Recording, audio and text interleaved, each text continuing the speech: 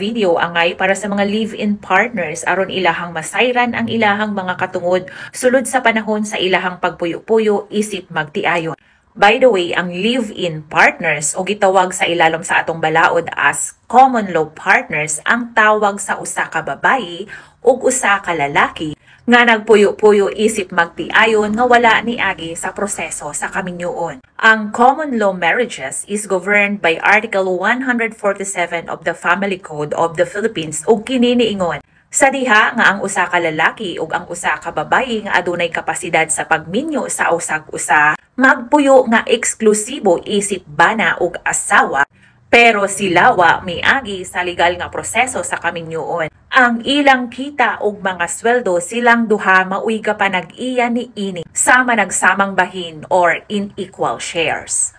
Unya, ang kabtangan nga nakuha o naangkon nilang duha sa panahon sa ilahang pagpuyo-puyo, pinaagi sa ilahang trabaho o industriya, pagadumalahon under the law on co-ownership. Ang mga kabtangan nga nakuha samtang sila nagpuyo nga mag-uban, pagaisipon nga nakuha pinaagi sa ilahang hiniusang pagpaningkamot.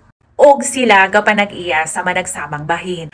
Alang sa mga katuyuan ni ining artikulo, ang usa ka partido nga walay ikaamot nga salapi sa pag-angkon sa maong kabtangan tungod ang iyahang pagpaningkamot naglangkop sa pag-atiman o pagmintinar sa pamilya o panimalay, ang maong partido pagaisipon nga siya nakaamot sa pag-angkon sa maong kabtangan.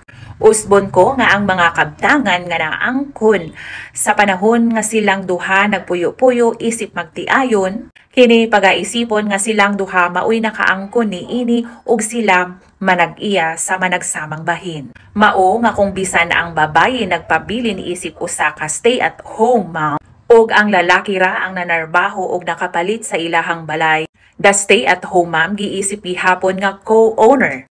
Tungod ang balaod nagpresyum nga kini nakuha pinaagi sa hiniusang pagpaningkamot.